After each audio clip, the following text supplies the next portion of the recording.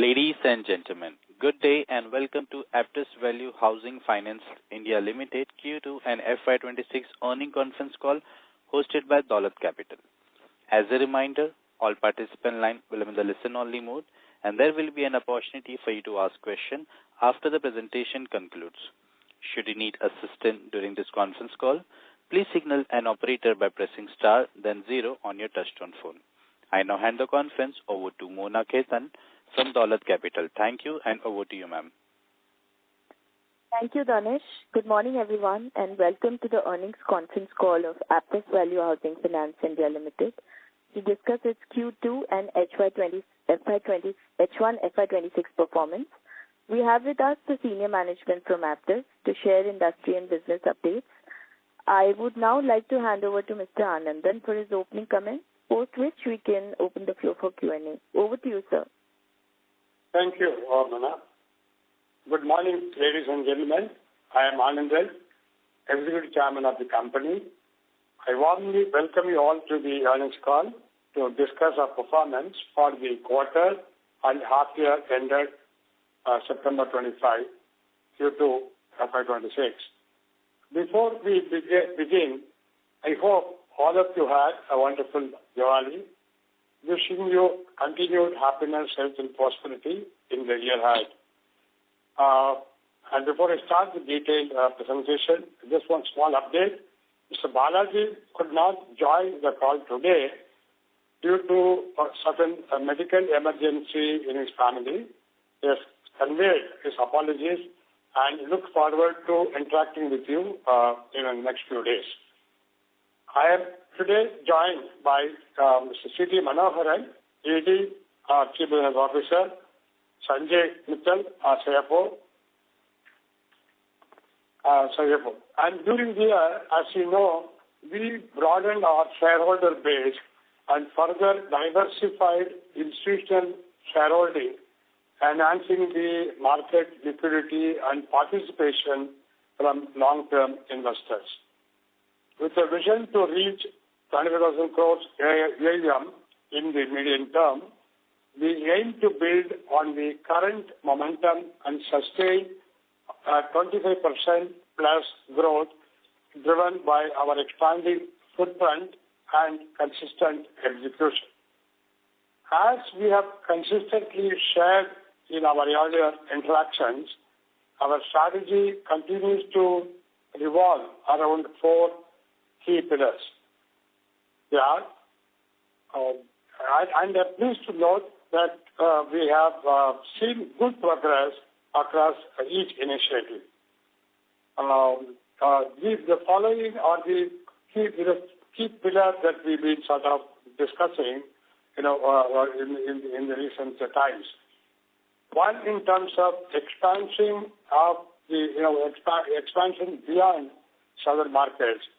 As you know, we are steadily expanding our presence in Maharashtra and Odisha, where our early experience has been encouraging. Both states witnessed healthy traction in disbursements and customer acquisition, supported by contiguous branch expansion model.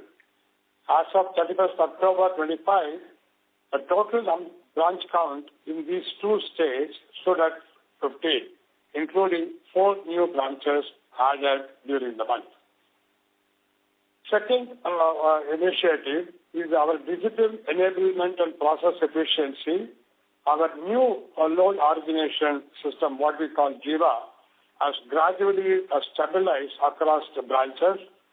It is already enabling stronger process control, improved data accuracy, and better monitoring. In parallel, we are witnessing noticeable process improvements across legal, credit, sales, collection, contributing to smoother execution and enhanced efficiency. The other key initiative that we are working is a diversified product and customer base.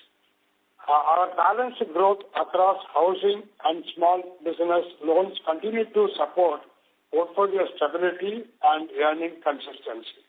As you know, We cater to a diverse base of self-employed customers across Tier 3 and 4 towns, which helps sustain steady demand and credit quality across market cycles. And the other major initiative of the focus on productivity and operational excellence, we remain focused on enhancing the productivity and operational efficiency. Data-driven insights and systems-led improvements are enabling teams to deliver high output, improved service quality, and cost efficiency, strengthening the foundation for scalable growth. With that, I would now like to move on to the key operating and financial parameters. Business and growth, our disbursements in Q2 26 grew 24% Q on Q to 963 crores. Our disbursements in H1 over on a Y-on-Y basis to grown about 8%. The disbursements growth of 3% YOY on Q2 FY26 was largely influenced by our calibrated conscious increase in the minimum login ticket size of over rupees 7 lakhs per proposal, along with apart from some temporary weather-related disruptions. The AUM growth, however, is at 22% YOY and 4% QOQ. Profitability and efficiency. Moving on to profitability and efficiency, during the quarter, the total income grew by about 27% YOY to 534 crores. The NIM rose 27% to 399 crores into a growth of 27%. Our Aptus as a percentage of AUM remains stable at 2.7% for the quarter. The Aptus, both as a percentage of assets and cost-to-income ratio on both the parameters, we are one of the best in the industry. And our credit cost, our operating profit growth came in at about 27% YOY to about 312 crores. The credit cost was increased to 50 basis points in H1, mainly due to a certain accounting policy change, because we have now decided to go for a 100% technical write-off of outstanding beyond 500 days. Earlier, we were following a practice of 100% write-off beyond 2 years. That 2 years has now been reduced to 500 days.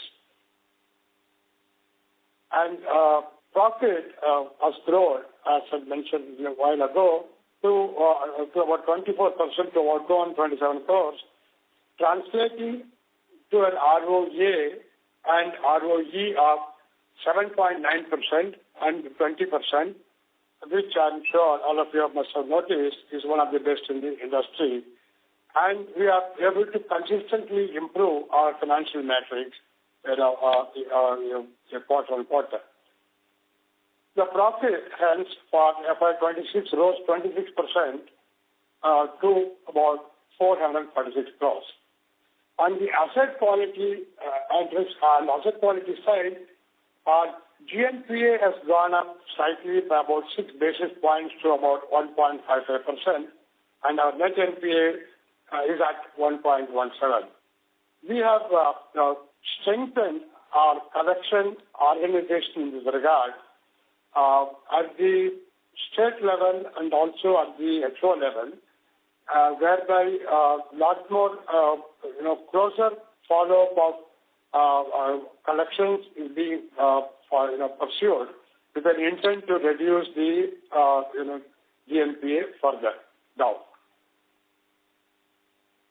On the funding side, the cost of borrowing improved to about 8.42 from 8.62 about 20 basis points less on Q-on-Q basis. In fact, our latest borrowing, which was done, was at around about 7.9%. The borrowing mix comprises of about 56% from banks, 13% on a consolidated basis, and about 20% for the HFC alone is from NSB, about 18.7% NCD, and the balance is through securitization.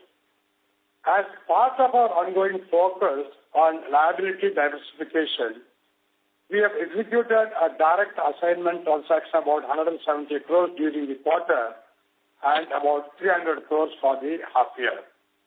We maintain a strong liquidity of about 1,700 crores, including about 1,100 crores of undrawn bank sanctions. Now, with these remarks, I open the floor for Q&A session. Thank you.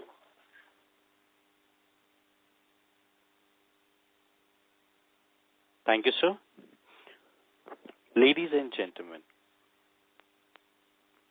we'll now begin with the question and answer session. Anyone who wishes to ask a question may press star and one on their touchtone telephone. If you wish to remove yourself from the question queue, you may press star and two. Participants are requested to use headset while asking a question. Ladies and gentlemen, we'll wait for a moment while the question queue assembles. Our first question comes from the line of Rajiv Mehta from Yes Securities. Please go ahead, sir. Hi, good morning. Congrats on good collections performance, and thank you for taking my question. Sir, first is on disbursement and collections. Can you tell us how the disbursement and collections performed in September and October? Just wanted to check what is the latest monthly business run rate since we have been adding distribution, and also what is the latest collection trend, because in Q2 it seems that your early stage collections were better. So just wanted to understand what was the exit trend in September and how October is playing both in terms of disbursement and collection. Actually, as you must have noticed that in Q1, we actually Q2 has grown over Q1 by about 24%, and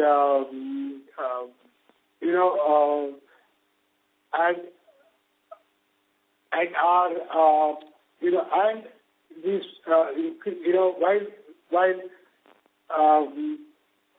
this increased trend. This is despite the fact in this period we have taken a call,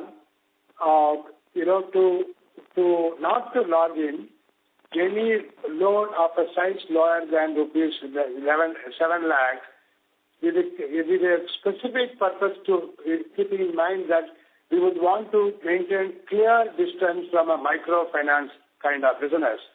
And also going forward, we would want to really keep moving our profile and quality of the customers better. So we have taken a call not to really log in any, actually from 1st of July, we stopped, taking in any proposals of less than 7 lakhs. But despite this issue, we have seen a good growth in disbursements in the second quarter. That we are able to see that in the month of October as well, which gives us the confidence to be able to maintain a reasonably good Q-on-Q growth in the third quarter onwards. As far as the collections are concerned, as I briefly mentioned that, we have really strengthened our organization, not that we field the collection, because we have really we have taken a few steps, where up to 12 EMIs, it will be the responsibility of the branch team, branch manager and the sales officer who generated the proposal, to be totally in charge of the first 12 months collection. And after 12 months, it moves on to the collections team. And within the collection teams, up to 180 days, anything outstanding between 90 to 180 days, it moves into the collection team. And after 180 days, in addition to the collection team, there is an independent legal recovery team also will take over. And for this, we have clearly identified the job responsibility at the branch level, at the cluster level, state level. And we have strengthened our middle management, staff at the state level, very strongly. And these we have really started seeing very positive impact on our collections improvement. And that should really help us going forward. That should help us really improve on collections, not only improve collections, but even reducing the NPA. Okay. So this below 7 lakh, ticket size portfolio which you stopped logging from July 1st, what is the current proportion of this portfolio in the current overall AUM? And have you seen worsening of asset quality trend in that particular segment and portfolio, and which is why you've stopped logging that in? Because overall asset quality is fine, seems to be fine, but you're saying that, that below 7 lakh portfolio is something that you will not focus on incrementally. So just wanted to understand what is the underlying asset quality trend in that particular portfolio and what is the proportion in the overall AUM? Actually, I just want to highlight this decision has been taken not really based on the portfolio performance or in terms of lower collections or higher NPA. No. I know our credit, our NPA percentage or the collection efficiency is reasonably good in that. So it is not really taken for so much on the consideration of a higher or difficult collections or higher NPA. No. But it is really taken with a very clear purpose of, with an objective of moving to a better quality, a better profile customers. Where, in fact, we have now started, very actively, very closely, in our PD, in our credit bureau data analysis, in the account aggregated data analysis, with the purpose of clearly improving the profile of our customers itself. In fact, we have done the data scrubbing, and that basis, we have done the data scrubbing for your entire portfolio, including the 7 lakhs, including around less than 7 lakhs. And that is satisfactory. So in other words, I just want to differentiate between the two. Clearly, we would want to move away, because what happens is that now you propose, earlier you used to log in proposals like 5 lakhs, 6 lakhs, which to some extent started coming closer to the microfinance type of customer profile. So our intention to move on to 7 lakhs plus more with an objective of improving the profile of our customers going forward, rather than exact, any particular issue in terms of delinquency or NPA. Clear, sir. Thank you so much. I've got more questions. I'll come back. Yeah. Thank you, sir. Our next question comes from the line of Renish from ICICI Bank. Please go ahead. Yeah, hi, sir. Just two things from my side. One on the credit cost front, right? So, in last quarter, we always used to maintain on guidance at 50 basis points. The voice is not clear. Is it better now, sir? Not very. Can you speak a bit closer to the mic? Yes, give me a minute. Is it better now? Yes, slightly better. Okay. So just two things. So one on the credit cost front, right? So, till last quarter, we used to guide at credit cost between 30 to 40 basis point. Now, what has changed is... Sorry, it's not very clear. Do you want to try again and maybe we'll take the next Sure.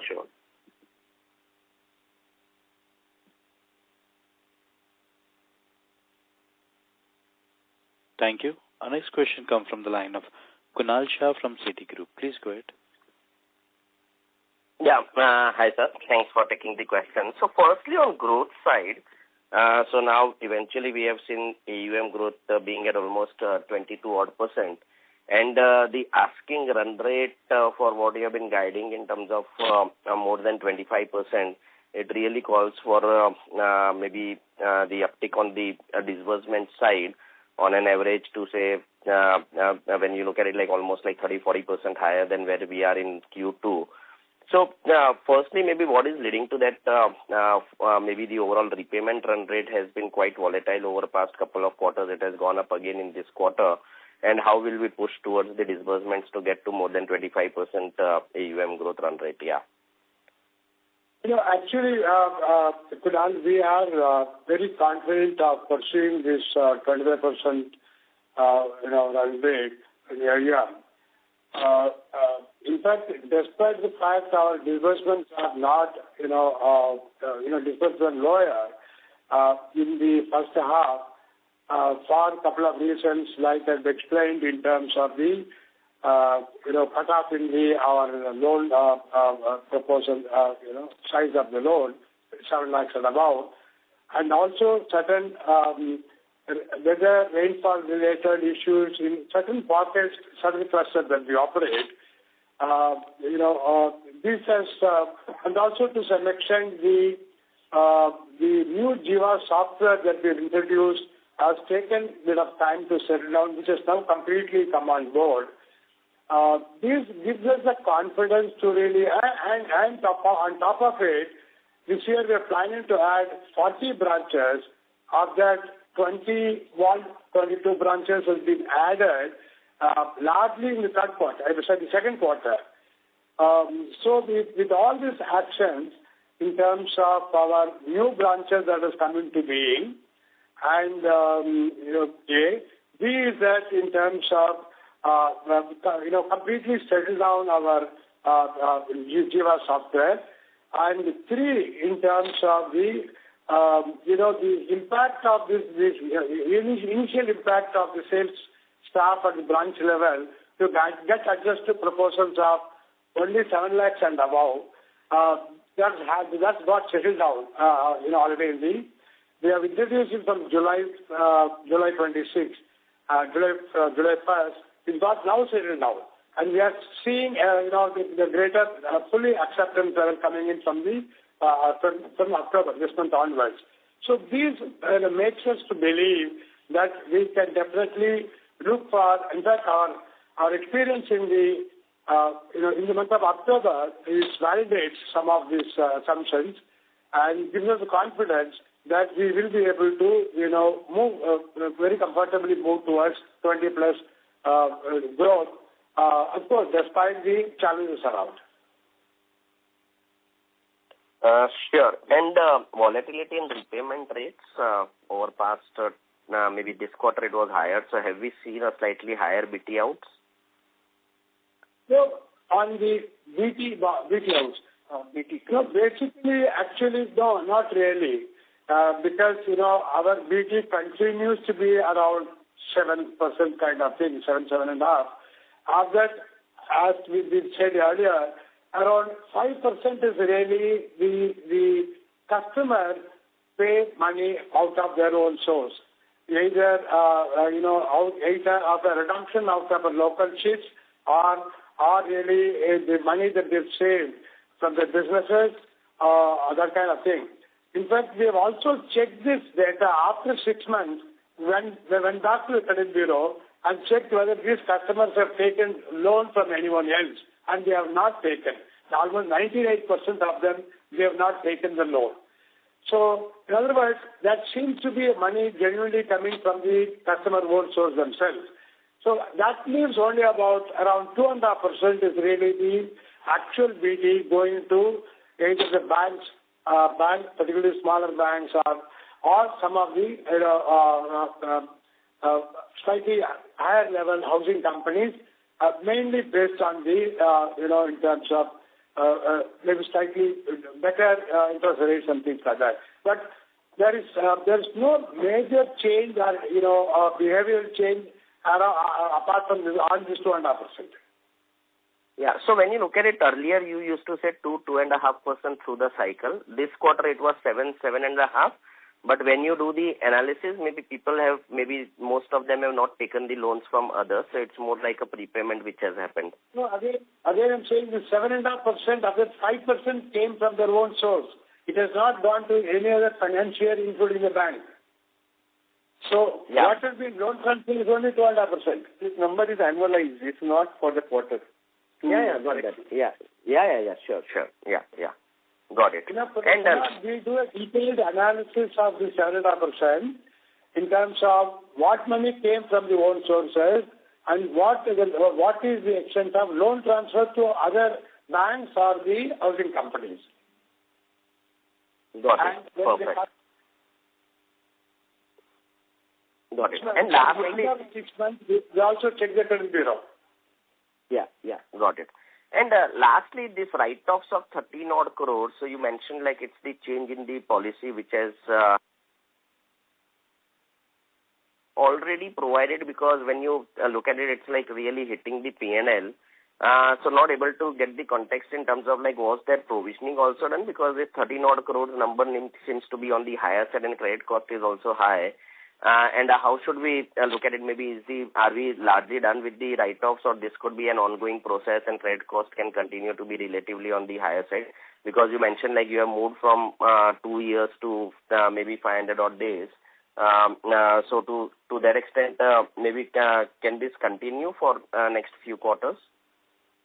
No. Actually, you are right. Our credit cost has moved up from 20 basis points to 50 basis points. If you look at our ROE tree, there in the investor presentation, for the half year, our credit cost has moved from 0.2 to 0.5. So there is an increase in the credit cost to that extent. Now, this increase of 30 basis points is mainly arising out of a conscious call, a specific decision taken by the company. Earlier, we are going for what we call the technical write-off, meaning any outstanding beyond 2 years, we are writing off 100%. Instead of 2 years, now we have reduced it to 500 days. So in other words, any outstanding beyond 500 days, it will be written off 100%. So that has but the provisioning was not done because... No, the question is, I understand that. The only question was, on the provisioning side, it is still having the impact on P&L. So were these not entirely provided loans?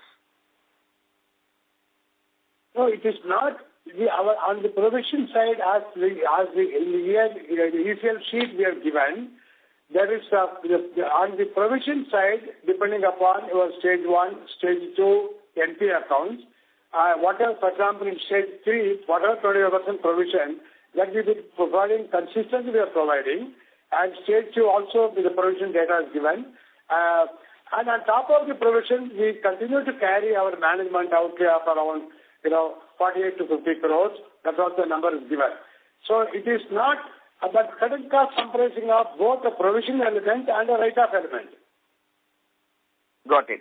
Yeah, thanks a lot. So what comes in the debit of the P&L account, credit cost comprising of provision as well as the normal provision as well as the write-off, both. To add you, 500 days generally we have provided 25%. Now we are stepping it up to 100%. So that is I think this is specifically... Perfect. Yeah, that's right. Also add one more point. In our, we considering our product mix, particularly slightly non-home loans slightly, as a percentage going up. And also our pricing per se provides for, we have consciously provided 0.5% as the credit cost in our pricing of the products. Only thing in the past, it was not, we were only actually getting a charge of 25 to 30 basis points. But then to be on the conservative side, we said we will, take it up to 50. And that is one of the reasons why we have consciously gone for this decision of writing off beyond 500 days rather than waiting for 2 years. Got it. Thanks a lot and all the best, sir. Thank you, sir. Ladies and gentlemen, in order to ensure that the management will be able to address questions from all the participants in the conference, kindly limit the question to one question per participant. Should you have a follow-up question, please rejoin the queue. Our next question comes from the line of Nitesh Jain from Investec. Please go ahead. Thanks for the opportunity, sir, and good morning. Sir, our company is doing quite well on asset quality and profitability, but on growth, disbursement growth numbers are weaker than I think what it should be. So, in that context, sir, if you can share some data that what percentage of your disbursements in the past has been coming from below 7 lakh rupees loan, so that we can see that what is the impact of this change in our disbursements, and if you can give some data on how is the disbursement run rate in October, which also can give us confidence that we should be able to show improvement in growth in coming quarters. Actually, I'll go by as far as the growth is concerned, disbursements concerned. Let's look at this way. Q1 of FY25 and Q1 of FY26, if we see, there is a good growth. There's a growth of about 14%. Q1 of 25 and Q1 of 26. When you come to, let's say, Q2 of 25 and Q2 of 26, the growth is it's only about 3%. Now, when you come to the half year of 25, half year of 26, the growth in disbursements about 8%.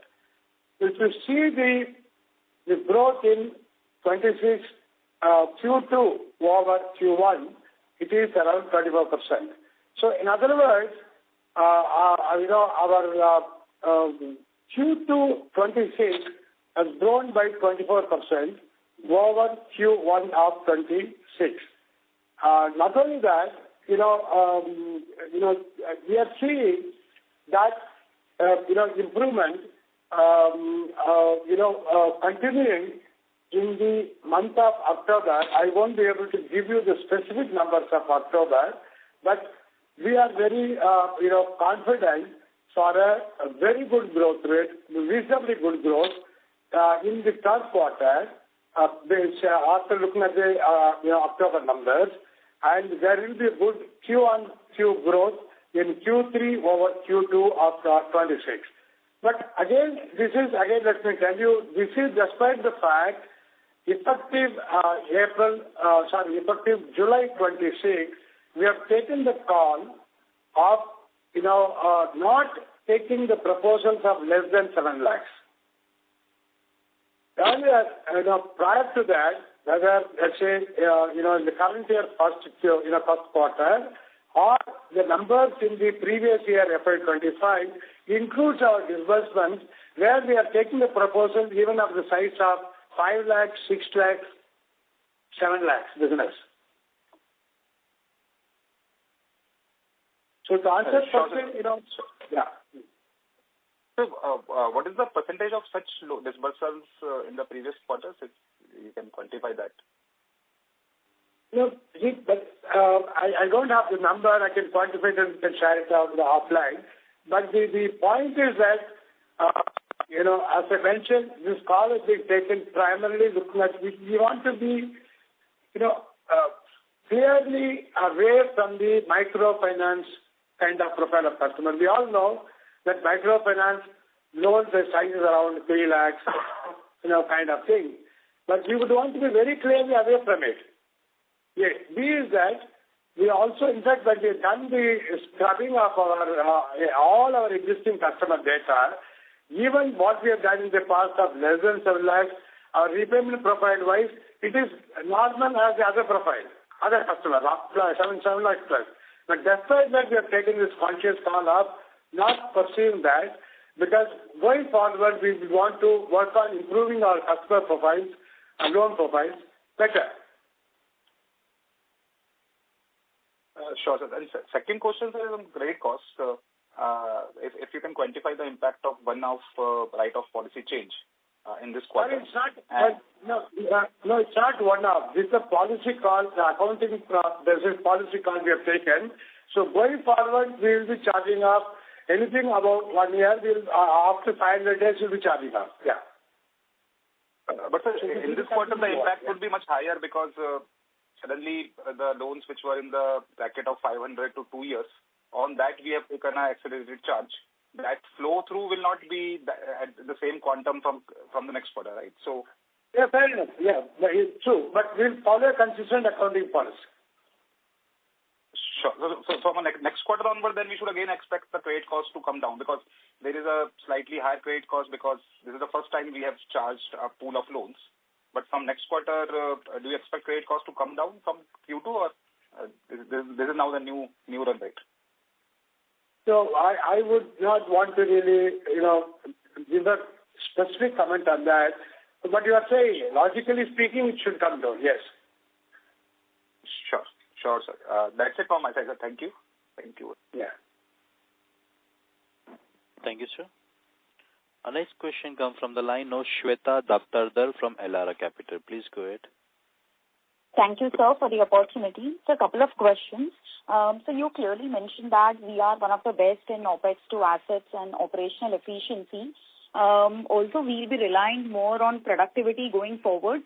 So could you just throw some light on branch productivity aspects, wherein if you can just put out a number on loan files per officer and how that has been improving. Of course, you have dealt with tech initiatives, but more so on the human capital or physical aspects part which can contribute to productivity, which will help us maintain this kind of strong OPEX to assets number. Actually, our OPEX as a percentage of AUM, it is around 2.7%. It's not there just for this year or this quarter. It's been there like that last almost 10 years. Okay. So in other words, there is very consistently, despite the fact, while the ratio remains at around 2.7%, but our investments in branches, our investment in IT has been going up, and to support the growth in business and manage our risk better. But despite that, we are able to maintain our OPEX as a percentage of AUM or our cost to income ratio broadly in this region, mainly through the consistent improvement in productivity, not only at the field level by the sales officer, but even other than because of the customer-facing jobs, as you know, it includes sales, it includes collections, it includes the credit, legal, and also the HO staff. So in other words, we look for, while definitely the file productivity of the sales officer is tracked on a month-on basis, on a everyday basis, or weekly basis, monthly basis.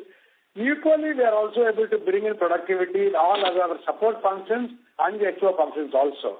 Similarly, every aspect of our operating costs also, we see our costs are really monitored and tracked for getting a better output or better result for the money that we spend. So in other words, it's it's a productivity that way. It's all pervasive, and as a culture, we've been normally it's all known that we follow maybe slightly frugal way of working, a culture that we follow that helps us. And coming back on the sales productivity, currently while today our login productivity is around 3 to 3.1 file per sales staff at the branch level, there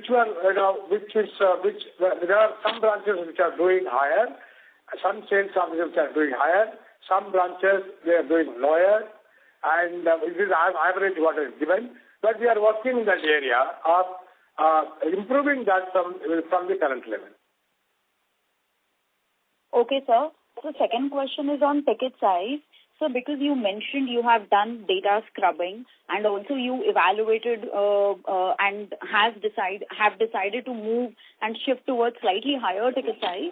So going forward, have you put a threshold kind of thing, wherein your average ticket size will be retained or will revolve around those levels, say 9 lakhs or 8.5, 9 lakhs, which has been the case for now over 2 years.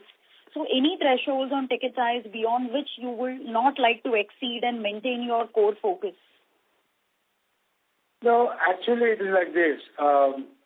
Today, my average login ticket size about 10 lakhs, and our average sanction disbursement size about 9 lakhs. And and as you know, being affordable housing finance, we really, kept normally our loans. We normally keep it less than 30 lakhs.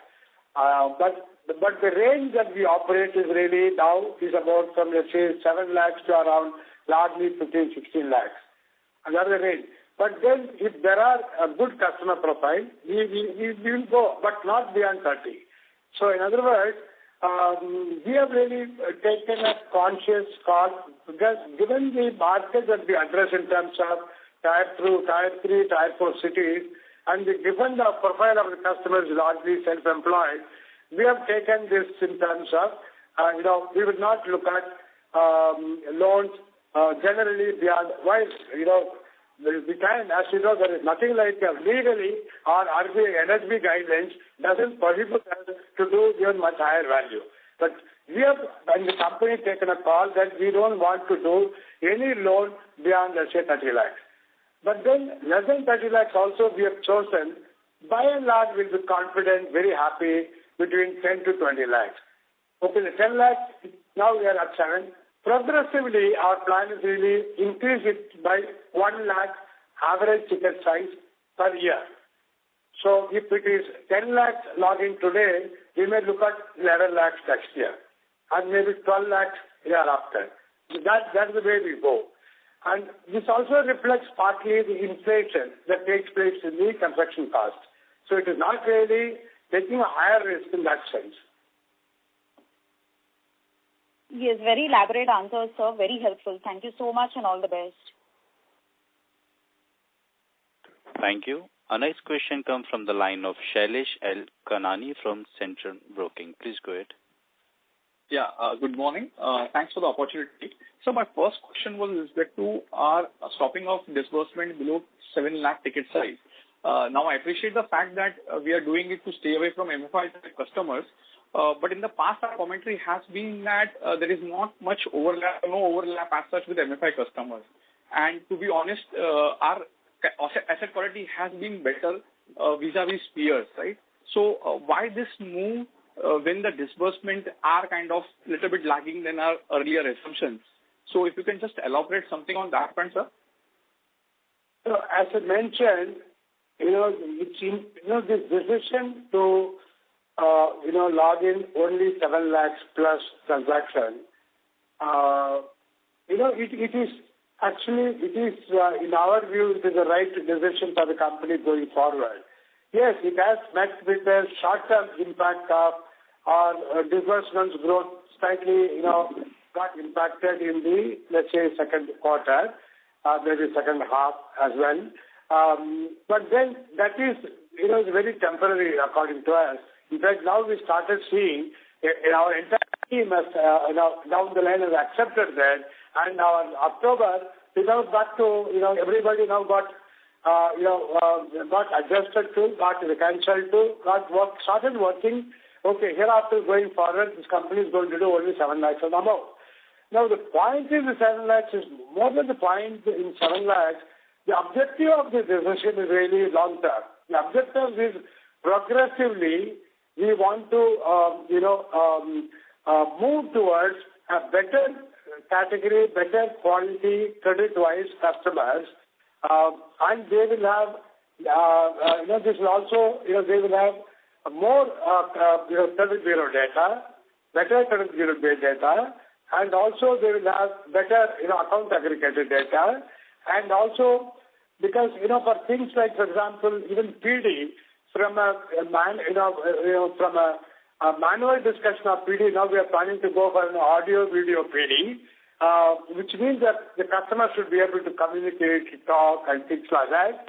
And so in other words, the decision of the company still is keep moving towards better quality customers. But at the same time, these quality customers located in Tier 3, Tier 4 are largely self-employed. So, thanks for that elaborate answer. So basically, there is no early signs of stress in the book. Is that a right assumption? No, it's not. Actually, we have done, we have done the customer scrubbing of all our 170,000 customers. 55% of our customers, they don't have any additional loan, other than Aptus. 20% of the customers, they have one more loan in addition to the option loan. Then we see only, post-fund. In fact, we have, actually our customers where some interest rate with the MFA customers is only around 1.5%. So, and when we looked at the same thing when we looked at in terms of the loan size wise also, there is no significant, we have not seen, even on our day-to-day operations, collections, NPA and all, we don't see any significant difference in less than 7 lakhs. But despite that, I think I've repeated several times on this, credit, the delinquency is not the reason, at least for us. We are wanting to move to a better category, better class of customers. That's very helpful. The transaction size, because we are also realizing that this is a home loan of 15 years, effective tenor of 10 to 11 years. We don't want to get into 5 lakhs, 6 lakhs, where your EMI will be less, your collection cost will be more, and will keep growing. That's very helpful, sir. Thanks a lot. So just a related question, as you mentioned in the earlier question as well, as we move towards a little higher ATS and then we are not doing anything less than 7 lakhs, does it impact our blended yields in any case going ahead 1 year, 2 year down the line? No, actually, as I mentioned, we are not significantly increasing our ATS. Our intent is really, as I told you, last year our login was average 9 lakhs. This year our average login is 10 lakhs. Next year we are planning for 11 lakhs. Year after, 12 lakhs. So this is really a normal increase, some of it normal increase, partly on account of inflation also. So in other words, there is no significant, our ATS is not going to move up from a 10 lakhs to 15 lakhs to 20 lakhs to 25 lakhs. No, they are not working on that. So that part I understood. I just was wondering, as we stop below 7 lakhs, does it impact the blended yield in case we are getting higher yields in that category? No. So I was just trying to understand that.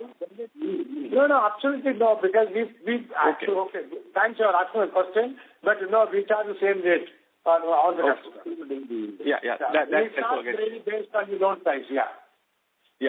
Okay. And sir, a last question from my side. If you can share the disbursement figure, an absolute figure for month of September, if not for October, but the quarter gone by, if you can share that number. No, I don't want to get into this monthly, weekly, please. Yeah. Okay, sir. Thanks a lot and best of luck, sir. Thank you. Ladies and gentlemen, a humble request to everyone that the management will be able to address questions from all the participants in the conference.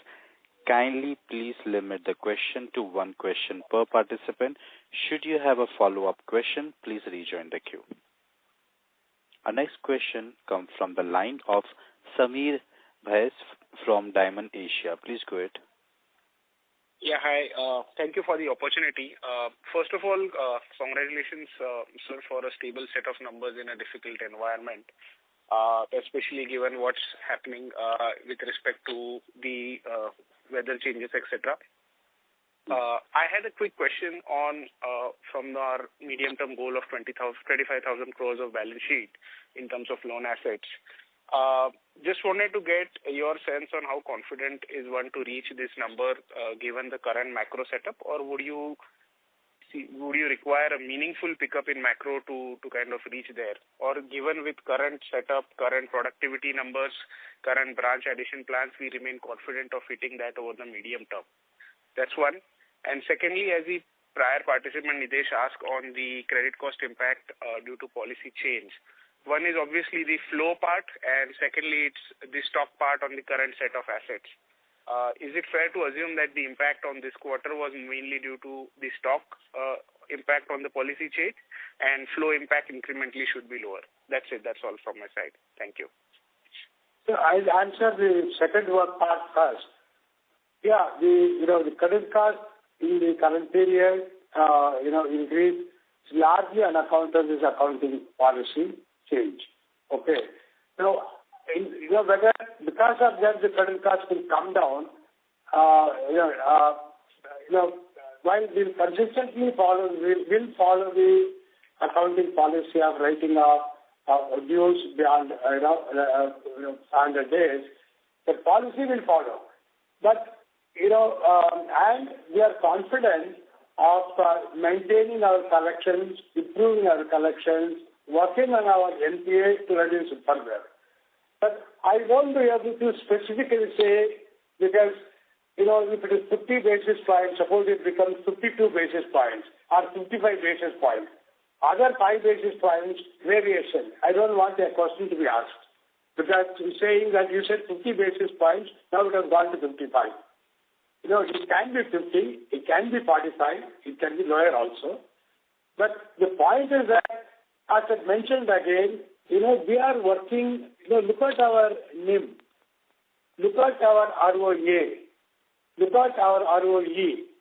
So there my credit cost goes up by 5%, 5 basis points, and my pricing also provides, basis points.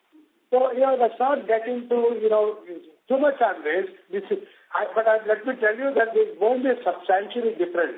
And if at all, maybe there could be some on the reduction only, on the lower side only. And this won't really, but it may not come to be very significant reduction, because we have decided to practice policy over, in future as well. So let's not look at it as a one-time one, and it is not going to happen next year. And because of that, our credit costs will come down, let's say, from 50 to 30. No. I won't be able to commit to that. Sure. And secondly, on growth, sir. Yeah. On the growth, again, I think we have discussed, again, we are looking at this, 25,000 crores AUM in the medium term as our immediate, goal. And we are really strengthening the organization in every aspect, whether at the field level, at the cluster level, at the HO level, and in every function, be it in sales, marketing, and every other function. Not only that, the emerging compliance requirements, also we are investing in our functions, whether internal audit, risk management, or compliance functions. So the entire organization is geared up, and we have really done substantial investment, to be mentally prepared, organizationally prepared for this 25,000 crores at the medium term. And in fact, again, based on our estimated year-end AUM, if you really work out, if you really grow at a rate of about 25% CAGR in the next 3 years, we will cross even 25,000. It will come down around 26,000 crores also. Okay, but I will say that there could be we are very confident of achieving this goal, but there could be a variation in terms of one quarter maybe earlier, one quarter maybe late. That's about it. Great, sir. Thank you and all the best. Thank you. Our next question comes from the line of Kushan Parikh from Morgan Stanley. Please go ahead. Thanks for taking my questions.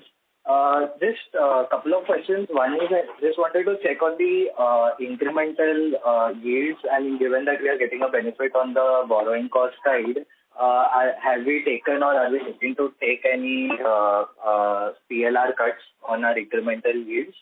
Also, wanted to understand on the growth side, this quarter, I mean, we laid out that the BT outs have not really changed from the long-term trends.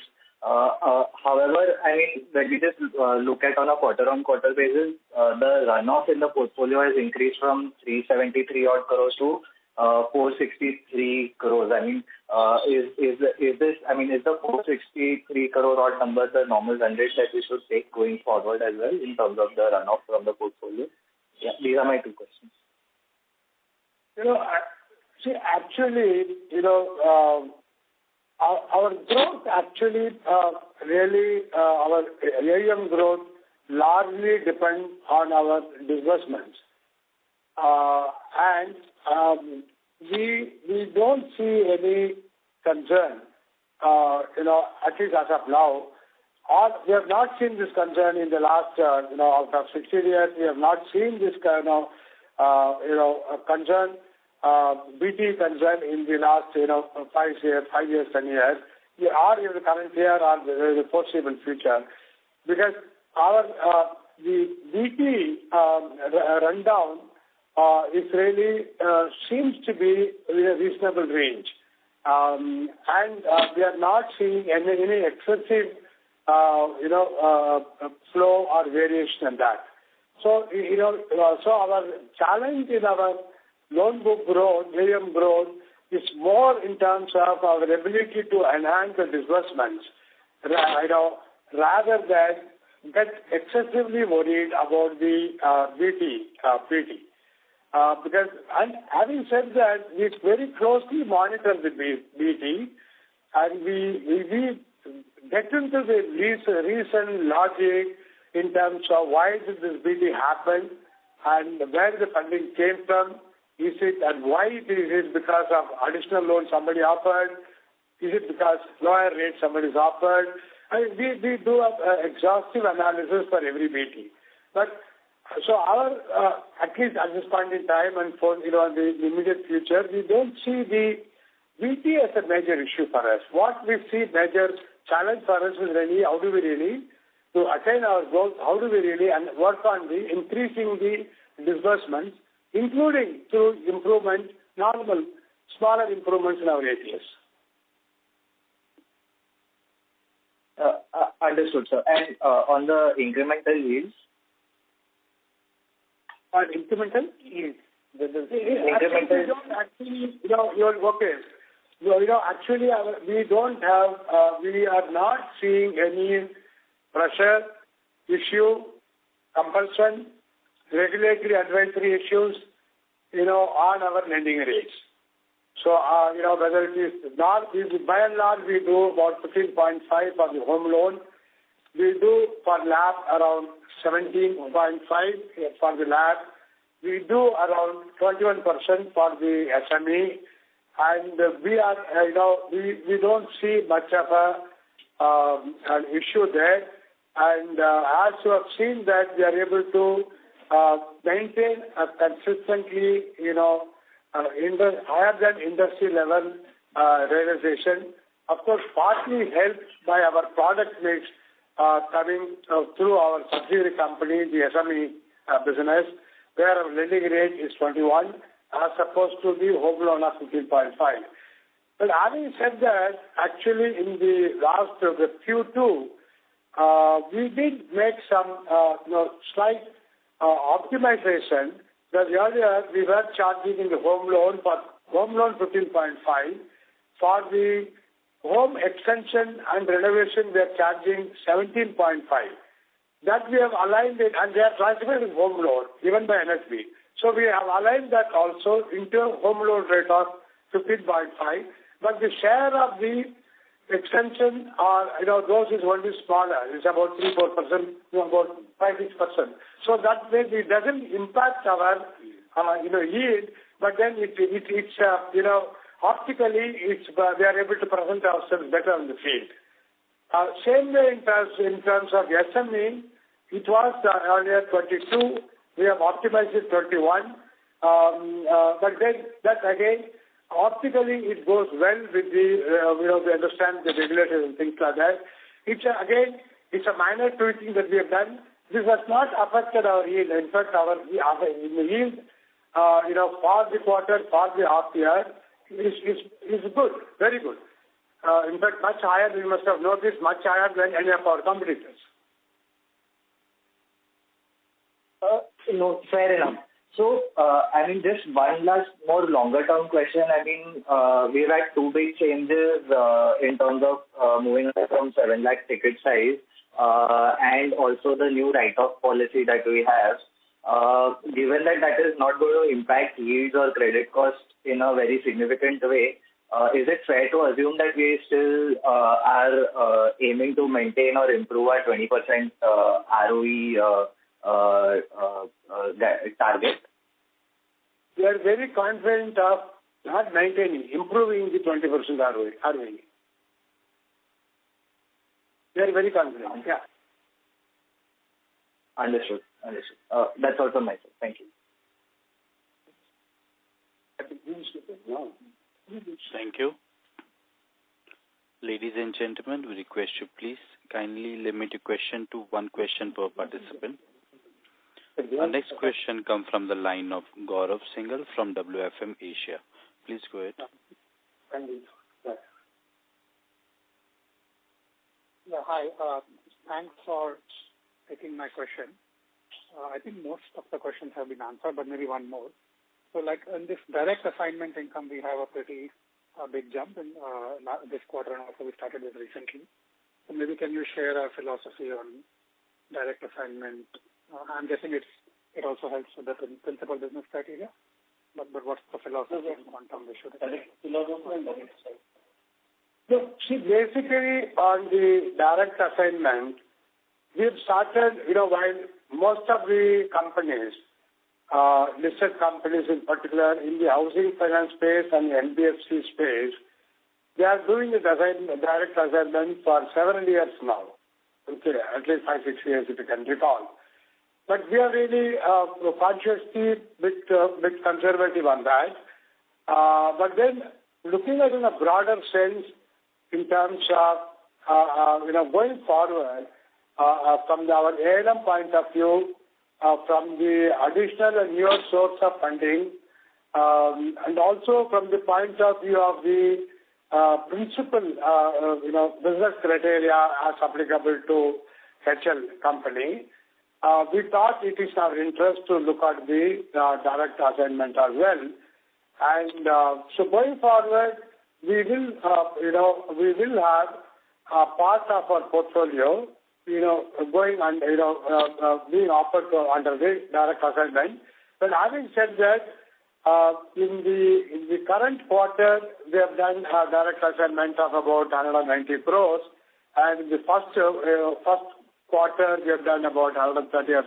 Cumulatively, we have done about 320 crores of direct assignment, which on our loan book of 11,700 crores comes to about 3%. Okay. So going forward, we may look at, while we have the board authorization to go direct assignment up to 10%, but of the loan book, we may look at around 6 to 7%, not beyond that. Okay, thank you. Thank you, sir. Ladies and gentlemen, due to time constraint, that was the last question for today. I now hand the conference over to the management for the closing comments. Thank you, and over to you, sir. Thank you. Thank you, Mona, for organizing this conference call. I would like to pay my sincere gratitude to all the analysts and investor friends who have taken time out to listen to us today. Please feel free to contact us in case you have any further queries. And, Balaji and Hamid will be there to be in touch with you. Thank you.